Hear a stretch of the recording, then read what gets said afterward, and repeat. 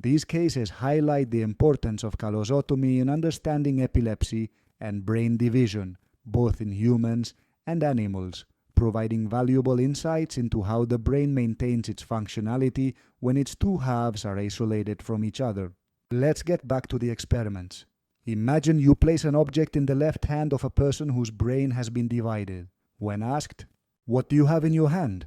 the left hemisphere, which controls language and speech, will sincerely respond, "I am not holding anything, not that I am confused, but due to the lack of communication between the hemispheres, the left one doesn't have access to the sensory information that the right one possesses. It's as if they were operating in parallel, each in its own bubble of perception." However, the right hemisphere knows exactly what it is holding. Even though it cannot verbalize it, it is still able to act. If you ask the person to use their left hand to manipulate the object, the right hemisphere will provide access to the sensory information that the left hemisphere possesses. They'll do it skillfully, without the left hemisphere being aware of what's happening.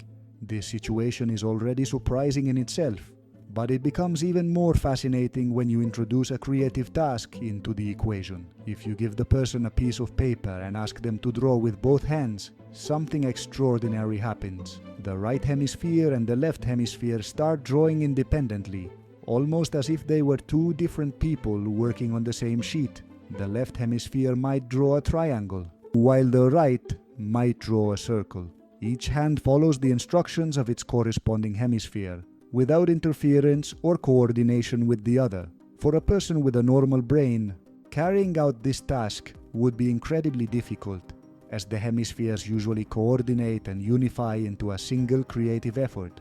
These experiments are deeply disturbing because they reveal an unsettling truth about the nature of consciousness and identity.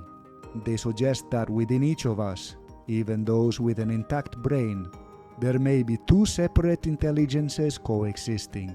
In the case of patients with a split brain, this separation becomes tangibly evident: the existence of a separate mute intelligence. Hidden inside the skull, it raises fundamental questions about the unity of the self. Even in the intimacy of your own thoughts, the act of splitting the brain raises a puzzling dilemma.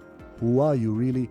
When the cerebral hemispheres, which used to operate in sync, separate, contradictory answers begin to emerge to seemingly simple questions. If you ask a person with a split brain about their feelings or thoughts, the left hemisphere will give you a coherent answer, a logical narration that explains that person's internal experience. However, does that narrative cover the whole truth? Does it really reflect what you're feeling? The right hemisphere